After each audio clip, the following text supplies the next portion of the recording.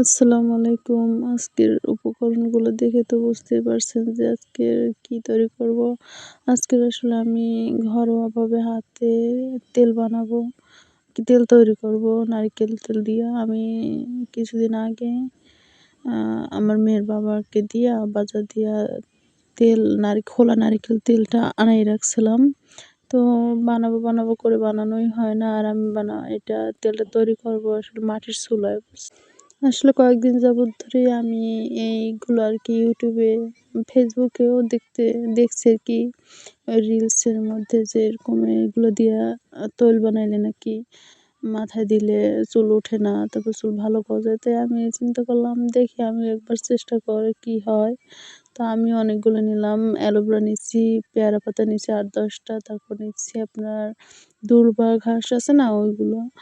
আর নিম পাতা নিচ্ছি, পিঁয়াজ নিচ্ছি, তারপর মেহেন্দি পাতা নিচ্ছি, আর নিচ্ছি জবা ফুল, আর জবা ফুলের পাতাও নিচ্ছি অনেকগুলা। আর আমি কিছু মেথি আর কালো জিরা, লবঙ্গ এইগুলা একত্রে নিয়ে তারপর ব্লেন্ডারে দিয়া ব্লেন্ড করে নিচ্ছি। যাতে এগুলো আরকি তৈলের সাথে ভালো মিশে এই কারণে। এগুলো আমি এই আরকি পাতিলে দিব। ওই পাতিলে দিয়ে আরকি জাল দেব ২০ মিনিটের মতো। তো এই পাতিলটা অনেক পাতলা।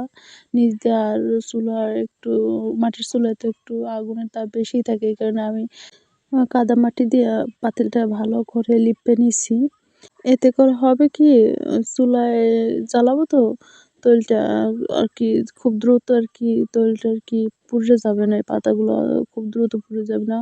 আমি ২০ মিনিট পর্যন্ত আরকি এইগুলা চুলায় জ্বালাবো। তো চুলার তাপ তো একটু বেশিই থাকে, কেননা পুড়ে যেতে পারে। এই কারণে আমি লিপে নিচ্ছি পাতিলটা।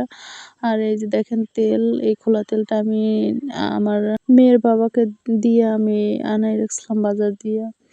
তো এগুলো এখন আমি খোলা তেলটা এই কাদা মাখা নো হাঁড়িটার মধ্যে খোলা তেলটা দেবো। তার আগে আমি সবগুলো উপকরণ এই পাতিলে রাখবো, এক করে সবগুলো দিয়ে দেবো। ১ম এ দিয়ে দেবো নিম পাতাটা, তারপর এক করে সবগুলোই এখন আমি দিয়ে দেবো। দিয়া তারপর তলটে দিয়ে দেবো। তলটে দিয়ে কিছুক্ষণ আমি রেখে দেবো আরকি। চুলার উপরে দিব না, তাপে দিব না আরকি। কারণ রেখে দিলে দেখা যায় ওটার ভিতরে তলটা আরকি সবগুলোর ভিতরে মিশে যাবে। এই কারণে আমি সবগুলো উপকরণ দিয়ে তারপর তেলটা দিয়া তারপর আরকি চুলায় না দিয়া একদম রেখে দেবো ১০ মিনিটের মতো। আ এতে ভালো হবে আমার মনে হয়। দেখি তারপর আমি এরকম রেখে দিয়ে তারপর জ্বালাবো মিনিট ২০ এ। দেখি কিভাবে কি হয়। আমি কখনো এটা করি নাই। এই আমার ১ম জীবনের। দেখি ১ম বার কি করতে পারি। চেষ্টা তো করতে পারি, বাকিটা আল্লাহ ভরসা। Facebook এ তো দেখলাম অনেকেই এভাবে তৈরি করে। তো আমিও চেষ্টা করে দেখি, সবাই পারলে আমিও পারবো ইনশাআল্লাহ। কারণ আমিও সবগুলা নেয়ার চেষ্টা করি।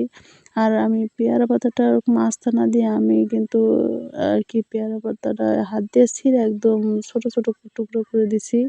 এতে ভালো হইবে আরকি। আর আমি পেয়ারা পাতা একদম কচি পেয়ারা পাতাগুলো নিচ্ছিলাম, একদম ডগার পেয়ারা পাতাগুলো নিচ্ছি। ওগুলা খুব দ্রুতই নরম হয়ে যাইবে তৈলে দিলেই। এখন আমি এই খোলা নারিকেল তেলটা এর ভিতরে ঢাইলে দেবো। সব তেলটাই দেবো। আমি এখানে তেল নিচ্ছি ১ লিটারের মতো। আর আমার এখানে উপকরণগুলো সব একদম অনেক বেশি, বেশি। এই তেলটা এতে এটা পুরোটাই দিয়ে দেবো তেল। আর আমি রাখবো না একটু। আর উপকরণ যেহেতু বেশি দিছি সেহেতু আমি সব তেলটাই দিয়ে দেবো। তারপর দিয়ে দেওয়ার পর আমি এভাবে নাড়াচাড়া দিয়া তারপর রেখে দেবো একদম ১০ মিনিট রেখে দেবো। ১০ মিনিট পর আমি চুলার আঁচে জ্বালাবো ধীরে, ধীরে। তো সাথে থাকেন, দেখতে থাকেন আমার ভিডিওটা সম্পূর্ণ।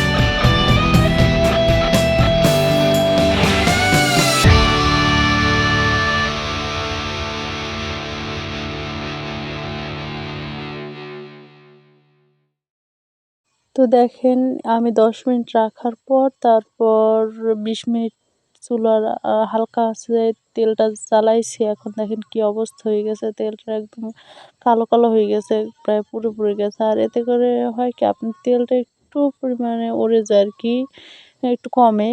কিন্তু এমনি এটা তেলটা অনেক ভালো হয়। আর তেলের কালারটা হয়েছে একদম সবুজ কালার হয়েছে। আর অনেক সুন্দর একটা ঘ্রাণ বের হইছে। ঘ্রাণটা সত্যি অসাধারণ। ভালোই লাগলো। এখন চুলে দিলে বুঝতে পারবো আসলে এটার কার্যকারিতা কেমন। তো ভালো থাকবেন সবাই। আল্লাহ হাফেজ। আর আমার সব ভিডিওগুলো আপনারা দেখবেন রেগুলার প্লিজ। আর আমার চ্যানেলটা সাবস্ক্রাইব করে আমার পাশে থাকবেন সবসময়। আল্লাহ হাফেজ।